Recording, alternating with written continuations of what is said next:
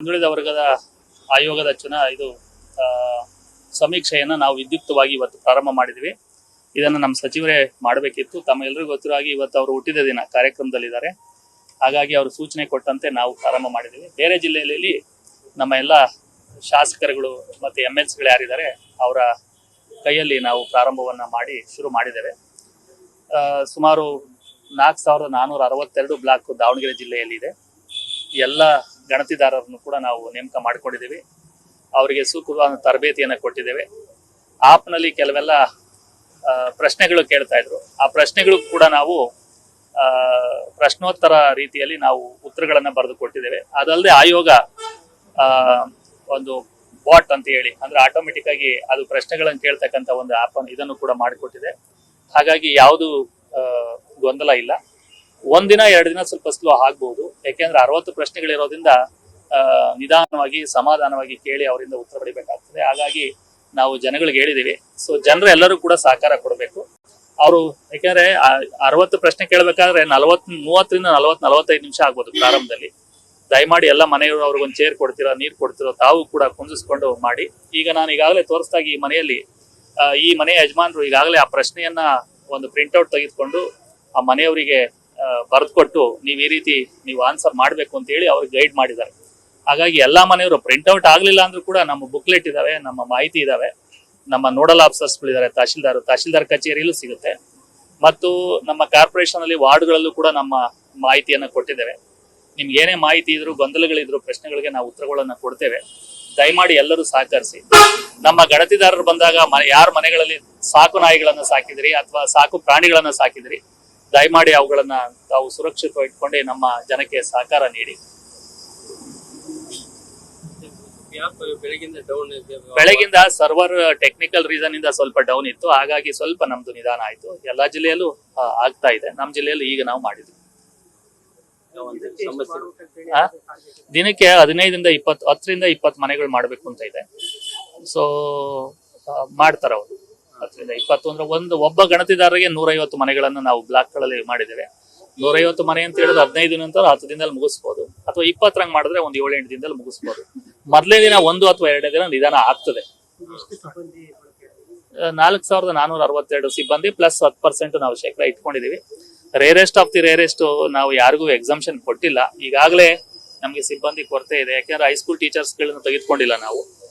ಈಗ SLC results ಇರೋದೇ, ಮತ್ತೆ ಮಕ್ಕಳ ಕಲಿಕೆಗೆ ತೊಂದರೆ ಆಗ್ಬಾರ್ದು ಅನ್ನೋ ಉದ್ದೇಶದಲ್ಲಿ ಒಂದು 50 ಜನ ಅಂಗನವಾಡಿ ಕಾರ್ಯಕರ್ತರು ಯಾರಿದ್ದಾರೆ ಅವರು ಡಿಗ್ರಿ ಮಾಡಿರ್ತಕ್ಕಂಥ ಹೆಣ್ಮಕ್ಳನ್ನು ಕೂಡ ನಾವು ತೆಗೆದುಕೊಂಡಿದ್ದೇವೆ. ದಾವಣಗೆರೆ ಜಿಲ್ಲೆಯಲ್ಲಿ ಸಾಕಷ್ಟು ಮನವಿಗಳು ಬರ್ತಾ ಇದಾವೆ. ನಾವು ಮನವಿಗಳನ್ನು ಪರಿಗಣಿಸಿಲ್ಲ. ಕೇಸ್ ಟು ಕೇಸ್ ನೋಡಿ ನಾವು ಅವರನ್ನ ಡ್ರಾಪ್ ಮಾಡ್ಬೇಕು, ರಿಸರ್ವ್ ಅಲ್ಲಿ ಇಟ್ಕೊಬೇಕು. ಕೈ ಅಂತೂ ಬಿಡೋದಿಲ್ಲ, ರಿಸರ್ವ್ ಅಲ್ಲಿ ಇಟ್ಕೊಳ್ಳೋದಕ್ಕೆ ಪ್ರಯತ್ನ ಮಾಡ್ತೇವೆ. ದಯಮಾಡಿ ಸಹಕಾರ ಕೊಡಿ. ಎಲ್ಲ ನಮ್ಮ ಸಿಬ್ಬಂದಿ ವರ್ಗದವರನ್ನು ಕೇಳಿ. ನನಗೆ ನೆನ್ನೆ ಯಾರೋ ಒಬ್ರು ವಾಟ್ಸ್ಆಪ್ ಮೆಸೇಜ್ ಮಾಡಿ ನೀವು ಮಾಡಿ ಅಂತ ಹೇಳಿದ್ರು. ನಾನು ಸ್ವಲ್ಪ ಹೇಳಿದೆ ಅವರಿಗೆ, ನೀವು ನೇರವಾಗಿ ಈ ರೀತಿ ಎಲ್ಲ ಕಳಿಸಬಾರ್ದು ಜಿಲ್ಲಾಧಿಕಾರಿಗಳಿಗೆ. ನಮ್ಮ ಸಿಬ್ಬಂದಿ ಮುಖೇನ ನಿಮ್ದೇನೇ ಅಹವಾಲ್ ಇದ್ರೆ ಕಳಿಸ್ಕೊಡಿ ಅಂತ ಹೇಳಿ. ನಾನು ಜನಗಳಿಗೆ ಅಷ್ಟೇ ಕೇಳೋದಲ್ಲದೆ ನಮ್ಮ ಸಿಬ್ಬಂದಿಗೂ ಕೂಡ ನಿಮ್ ಮುಖಾಂತರ ಕೇಳ್ಕೊಳ್ತೀನಿ.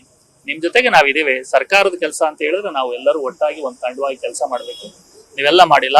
ಕಳೆದ ಬಾರಿ ಗೌರವಾನ್ವಿತ ನಾಗಮೋಹನ್ ದಾಸ್ ಕಮಿಟಿಯ ವರದಿ ನಾವು ಸಿದ್ಧಪಡಿಸಬೇಕಾದ್ರೆ ಸಮೀಕ್ಷೆಯಲ್ಲಿ ದಾವಣಗೆರೆ ಜಿಲ್ಲೆಯೇ ಪ್ರಥಮವಾಗಿ ಮುಗಿಸಿದ್ವಿ ನಾವು. ಸೊ ಕಾಲಾವಧಿಗಿಂತ ಮೊದಲೇ ನಾವು ಮುಗಿಸಿದ್ವಿ. ಹಾಗಾಗಿ ಈ ಸಾರಿನೂ ಅಷ್ಟೇ ನಿಮ್ಗೆಲ್ಲ ಅಕ್ವಿಂಟ್ ಇದೆ, ಎಲ್ಲರಿಗೂ ನಿಮ್ಮ ಮಾಹಿತಿ ಗೊತ್ತಿದೆ. ಸ್ವಲ್ಪ ಇದು ವಿಸ್ತೃತವಾಗಿದೆ, ನೋಡ್ಕೊಂಡು ಮಾಡಬಹುದು. ಏನಂತ ತೊಂದರೆ ಏನಿಲ್ಲ.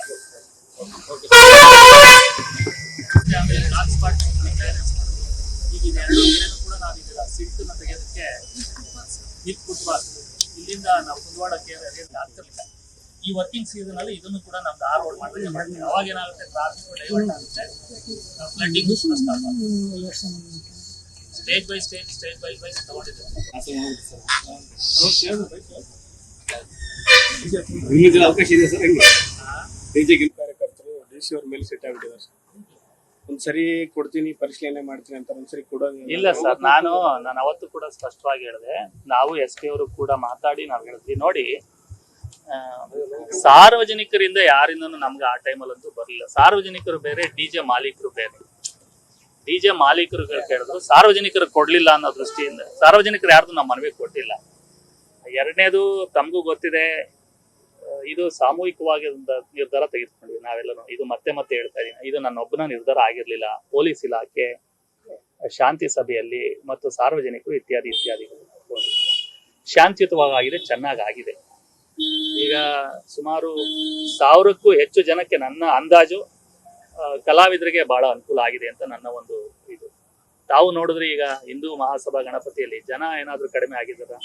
ಒಂದು 10% ಕಡಿಮೆ ಆಗಿತ್ತು ಅಂತ ಹೇಳಿದ್ರು ಪತ್ರಿಕೆಗಳಲ್ಲಿ ಓದ್ತೆ. ಬಟ್ ಬಹಳ ಜನ ಅದ್ದೂರಿಯಾಗಿ ಎಲ್ಲರೂ ಡ್ಯಾನ್ಸು ಮಾಡಿದ್ರು, ಫ್ಯಾಮಿಲಿ ಮೆಂಬರ್ಸ್ಗಳು ಬಂದ್ರು, ಶಾಲೆಯ ಮಕ್ಕಳು ಭಾಗವಹಿಸಿದ್ರು, ಕಾಲೇಜಿನ ಯುವತಿಯರು ಬಂದ್ರು. ಬಹಳ ಚೆನ್ನಾಗಿ ಆಗಿದೆ ನನ್ನ ಪ್ರಕಾರ. ನೋಡೋಣ. ಪ್ರೊಸೆಷನ್ಗೆ ಅವಕಾಶ ಕೊಡಲ್ಲ, ಇಂಟೆನ್ಷನ್ ಆ ತರ ಎಲ್ಲ ಮಾಡ್ತಾರೆ. ದಯಮಾಡಿ ನೋಡಿ ಯಾವಾಗ ನೋಡಿ ನಾನು ಅದನ್ನೇ ಹೇಳ್ತಾ ಇದ್ದೀನಿ. ತಾವ್ ಹೇಳದ್ದು ಜಿಲ್ಲಾಧಿಕಾರಿಗಳ ಕರ್ತವ್ಯ ಅಲ್ಲ. ಅದು ಪೊಲೀಸ್ ಕಾಯ್ದೆಯಲ್ಲಿ, ಪೊಲೀಸ್ ಆಕ್ಟ್ ಅಲ್ಲಿ, ಮ್ಯಾನ್ಯುವಲ್ ಅಲ್ಲಿ ಅದು ಎಲ್ಲದೂ ಪೊಲೀಸರಿಗೆ ಸಂಬಂಧಪಟ್ಟಂತದ್ದು. ಅವ್ರು ನೋಡ್ಕೊಂಡು ಮಾಡ್ತಾರೆ. ನಾನು ಯಾವ್ದು ಈ ರಸ್ತೆಯಲ್ಲಿ ಹೋಗ್ಬೇಡಿ, ಆ ರಸ್ತೆಯಲ್ಲಿ ಹೋಗ್ಬೇಡಿ ಅಂತ ನಾನು ಯಾವ್ದು ಮೌಖಿಕವಾಗಿ ಕೊಟ್ಟಿಲ್ಲ, ಬರವಣಿಗೆಲ್ಲೂ ಕೊಟ್ಟಿಲ್ಲ.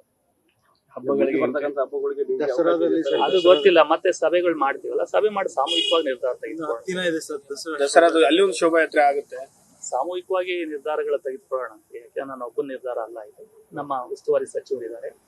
ಈಗ ಅದನ್ನ ನಾವು ತೆಗೆದುಕೊಂಡ್ವಿ, ಏನಾಗುತ್ತೆ ಒಬ್ರಿಗೆ ಕೊಟ್ಟು ಒಬ್ರಿಗೆ ಕೊಡ್ಲಿಲ್ಲ ಅಂದ್ರೆ ತಪ್ಪಾಗೋದು. ಅದು ಈಗ ನಿಮ್ಗೊಂದು ನಮ್ಗೊಂದು ನ್ಯಾಯ ಮಾಡಿದ್ರೆ ಅವಾಗ ನಮಗೂ ಒಂದು ಗೌರವ ಕಡಿಮೆ ಆಗೋದು. ಈಗ ಎಲ್ಲರೂ ಪಾಲನೆ ಮಾಡಿದ್ರು. ಸೊ ಇನ್ ಮುಂದೆ ಅಲ್ಲ ಸರ್, ಈಗ ನೀವು ಅವು ಇದಕ್ ಕೊಟ್ರೆ ಅವ್ರ ಏನಾದ್ರು ಕೇಳಿದ್ರೆ ಕೊಡ್ತೀವಿ ಅಂತ ಹೇಳ್ತೀರಿ. ಈಗ ನೋಡಿದ್ರೆ ಈಗ ಕೊಡಲ್ಲ ಅಂತ ಒಂದ್ಸರಿ ಯಾವಾಗ್ರಿ? ಅಲ್ಲ ಸರ್, ಈಗ ಅನುಮತಿ ಯಾರು ಕೇಳೇ ಇಲ್ಲ ಅಂತ ಗಣಪತಿಯಲ್ಲಿ ಸಾರ್ವಜನಿಕರು ಕೇಳಲಿಲ್ಲ ಅಂತ ಹೇಳ್ತಾರೆ. ಸಾರ್ವಜನಿಕರು ಬೇರೆ, ಹಿಂದೂ ಗಣಪತಿ ಬಂದಿದ್ರಂತೆ ಸರ್, ಅದೇ ಹೇಳಿದ್ರಿ, ಗಣಪತಿ ಸಾರ್ವಜನಿಕರು ಕೇಳಲಿಲ್ಲ ಅಂತ ಮತ್ತೆ ಹೇಳ್ತಾ ಇದ್ದೀನಿ. ಮಂಡ್ಲಿ ಅವ್ರು ಬಂದು ಕೇಳಿದ್ರು. ಅದೇ ಅದನ್ನ ಪೊಲೀಸ್ ಅದು ಹೇಳಿದ್ದೀನಿ ನಾನು. ಹೇಳಿದಾಗ ಕೂಡ ಪೊಲೀಸ್ ಇಲಾಖೆಗೆ ಹೋಗಿ ಕೇಳಬೇಕು, SP ಅವ್ರಿಗೆ ಕೇಳಬೇಕು, ಅವ್ರು ಕಾಲ್ ತೆಗಿ. ಸಾರ್ವಜನಿಕರಿಗೆ ಗಣೇಶ ಪ್ರತಿಷ್ಠಾಪನೆ ಮಾಡಿ ಸರ್. ನನಗೆ ನಾನು ಮತ್ತೆ ಹೇಳ್ತೀನಿ, ಸಾರ್ವಜನಿಕರಿಂದ ನನಗೆ ಯಾವುದೂ ಮಾಹಿತಿ ಕೇಳಲಿಲ್ಲ. ಡಿಜೆಗೆ ಅನುಮತಿ ಕೊಡೋದು, ಡಿಜೆ ಬಗ್ಗೆ ಮಾತಾಡ್ತಕ್ಕಂಥದ್ದು ಪೊಲೀಸ್ ಇಲಾಖೆ. ಪೊಲೀಸ್ ಇಲಾಖೆಯವರು ಅದ್ರ ಬಗ್ಗೆ ನಿರ್ಧಾರ ತೆಗೆದುಕೊಂಡಿದ್ದಾರೆ. ಈಗ ಮುಗ್ದೋಗಿದೆ, ಅದು ಮುಕ್ತಾಯವಾದಂಥದ್ದನ್ನ ಮತ್ತೆ ಹಿಂದಕ್ಕೆ ಹೋಗೋದು ಬೇಡ. ಇಲ್ಲ ಸರ್, ಅದೇ ಬೇಜಾರಾಗಿದ್ದಾರೆ ಅಂತ ಅವರು ನಿಮ್ಮ ಮೇಲೆ ಬೇಜಾರಾಗಿದ್ದಾರೆ. ಮುಗ್ದಾದ್ಮೇಲೆ ಬೇಜಾರು ಏನು ಪ್ರಶ್ನೆ ರೀ?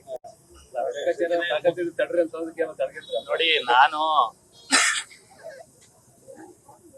ವೈಯಕ್ತಿಕವಾಗಿ ಯಾರ ಬಗ್ಗೆನೂ ನಾನು ಮಾತಾಡೋದಿಲ್ಲ. ಯಾಕೆಂದ್ರೆ ಸಾರ್ವಜನಿಕರ ಬದುಕಲ್ಲಿ ಇರ್ಬೇಕಾದ್ರೆ ನಾವು ಆ ರೀತಿ ನಾವು ಪರ್ಸನಲ್ ಆಗಿ ತೆಗೆದುಕೊಳ್ಬಾರ್ದು. ನಾವು ತೆಗೆದುಕೊಂಡಿಲ್ಲ. ಈಗ ಶಾಂತಿಯುತವಾಗಿ ಆಯ್ತಲ್ಲ. ಒಂದೊಂದು ಮಾತಿಗೆ ಒಂದೊಂದು ನಾವು ಬೆಳೆಸ್ಕೊಂತ ಹೋದ್ರೆ ದ್ವಂದ್ವಗಳು ಬೆಳೀತಾರೆ. ದಸರಾದ ಪರಿಶೀಲನೆ ಮಾಡ್ತೀರಿ. SP ಅವರು ಒಂದ್ಸಗೆ SP ಅವರು, ನಾವು, ಸಚಿವರು, ಎಲ್ಲ ಜನಗಳು ಎಲ್ಲರೂ ಸೇರಿ ನಿರ್ಧಾರ ಮಾಡೋಣ.